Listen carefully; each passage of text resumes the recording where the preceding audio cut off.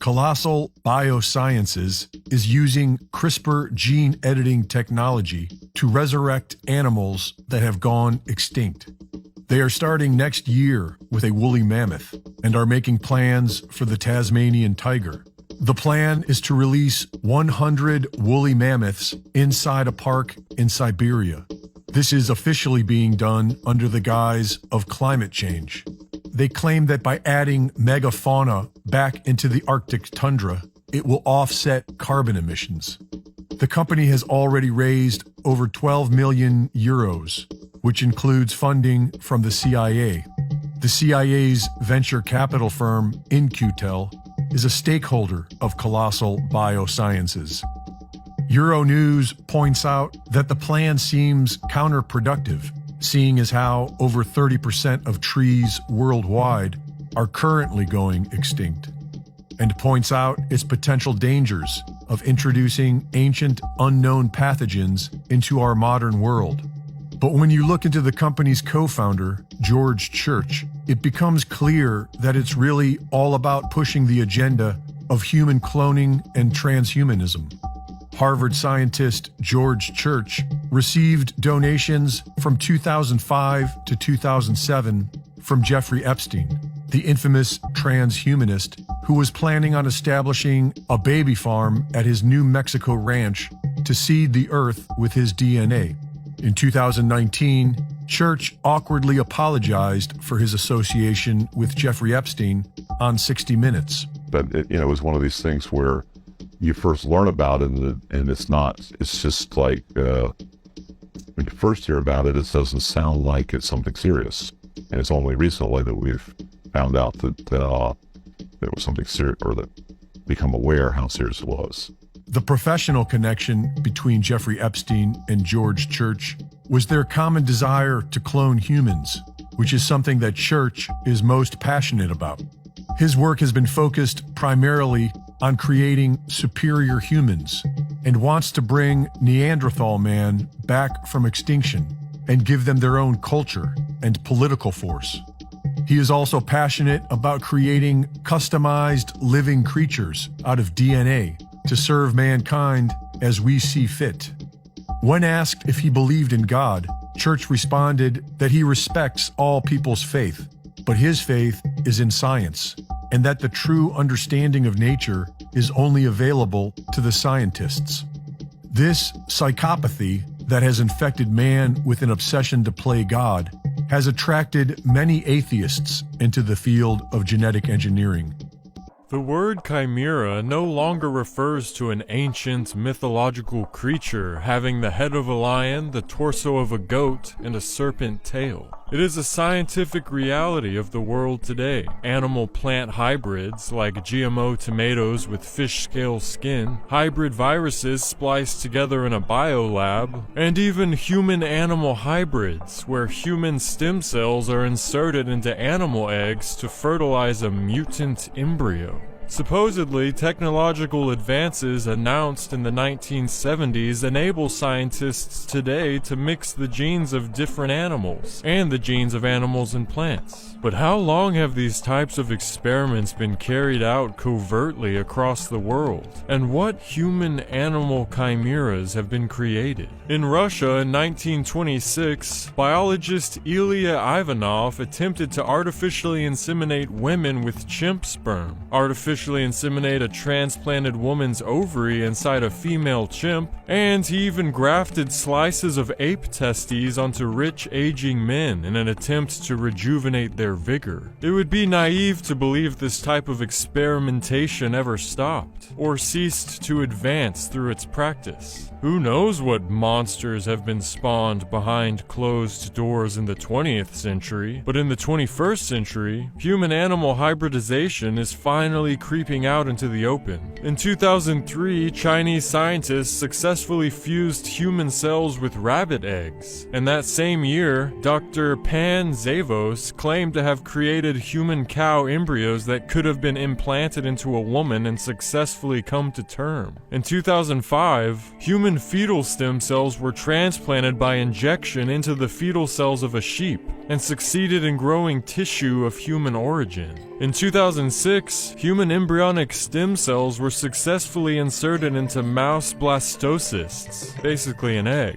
where it grew into a human mouse embryo in vitro that could then be implanted into a foster mouse uterus to complete the chimera's creation. In 2017, scientists created a human pig chimera, over 2,000 of them, that were transferred to surrogate sows. More than 150 of the embryos developed into chimeras that could have come to term. In 2018, human sheep chimeras were successfully developed and were allowed to grow as embryos for 28 days before being terminated. In April of 2021, the Salk Institute for Biological Studies in La Jolla, California, participated in a China-led research experiment that successfully grew human cells in monkey embryos. The long-tailed macaque human creation was allowed to survive and multiply, growing for 19 days before terminating it, all to, quote, aid the study of embryonic development. So why not just study embryos of the same species? Why create a chimera? The research team at the Salk Institute in California, led by Professor Juan Carlos Belmont, wrote, quote, these results may help to develop effective strategies to improve human chimerism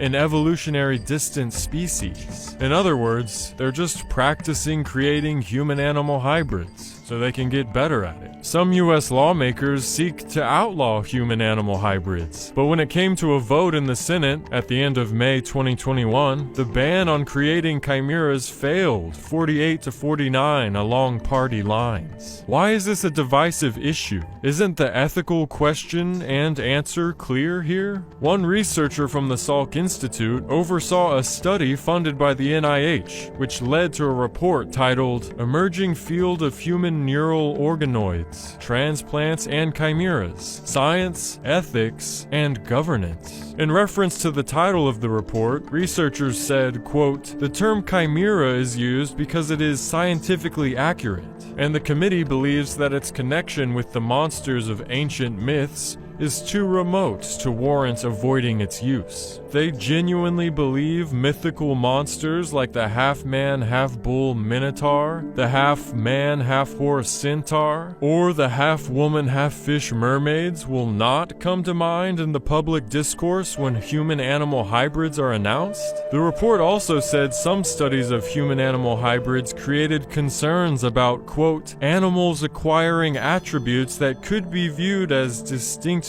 human, or humans taking on roles that should be reserved for a deity. So the chimera researchers are concerned about human-animal hybrids being worshipped as deities, such as the ancient chimera deity Ishtar, the half-owl, half-woman fertility goddess, Pan or Satyr, the half-man, half-goat god or Ganesha, a Hindu god that is half-elephant, half-man. Egyptian, Assyrian, Greek, and Roman myths abound with creatures that are a cross between humans and animals. So does this illustrate the imagination of the human mind? Or is this evidence that the antediluvian world was successfully geoengineering human-animal hybrid? That are rolling out a post-human industrial world. And they're simply looking at us as a commodity and saying, humans have always been cheap, but now they're garbage.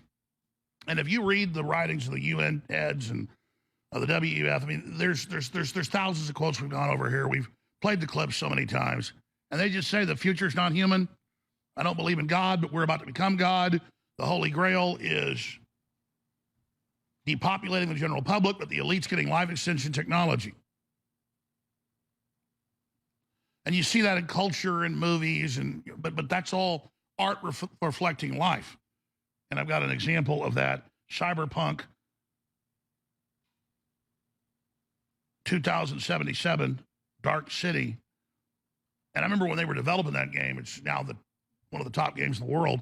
I was told by the developers of it that the prophet character in there was based off me. I'm not trying to, again, toot my horn. It's just a fact. Just like Chris Carter said, the new character in the last X-Files was based on yours truly, and the character in Homeland and so many others. Some had me as a good guy, some as a bad guy, but they've now put out a new AI voiced version of myself for the game that basically talks about what's going on. But the plot of the game is a biochip that makes you live forever, and that's what the elites have developed. That's what the whole game's about, is getting immortality. But that's a video game. Let's play the high priest of the World Economic Forum, Harari, saying human history is over. We've got all these articles in the New York Times, the Washington Post, the Atlantic, the Economist, saying that the human era is over and we're cheering it on. Humans were bad. We're worthless. We hurt the earth. We don't have free will. Well, the globalists actually don't believe that. They want you to hate yourself and have a self-fulfilling prophecy. The world's going to end in 2030, because if they get their plans of Agenda 2030 through, you'll think it's the end of the world. And for most of us, it will be. They're a cult. So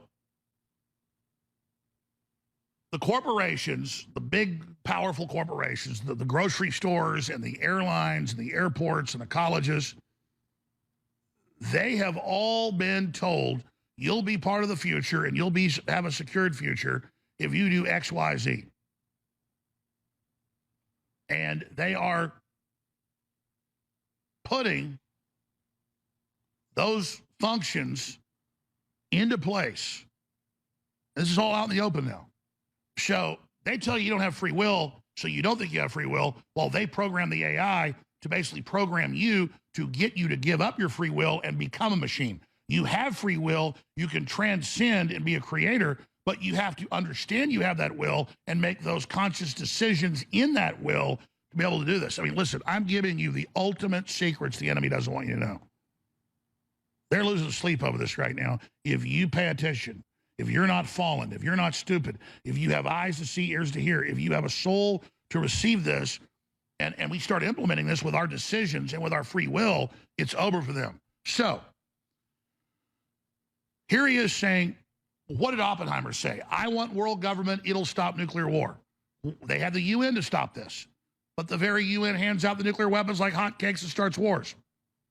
So they sell, give up your free will, let us run your life, unify behind us, and we'll protect you from the AI, while they do everything they can to replace us with robots and self-checkout lanes and robot farming and robot teachers and robot police and robot broadcasters and robot movie stars and robot everything.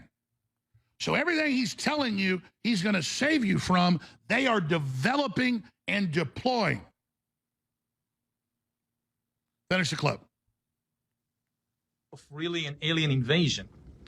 That's like somebody coming and telling us that, you know, there is a fleet, an alien fleet of spaceships coming from planet Zircon or whatever, with highly intelligent beings. They'll be here in 5 years and take over the planet. Maybe they'll be nice. Maybe they'll solve cancer and climate change, but we are not sure. This is what we are facing, except that the aliens are not coming in spaceships from planet Zircon. They're coming from the laboratory.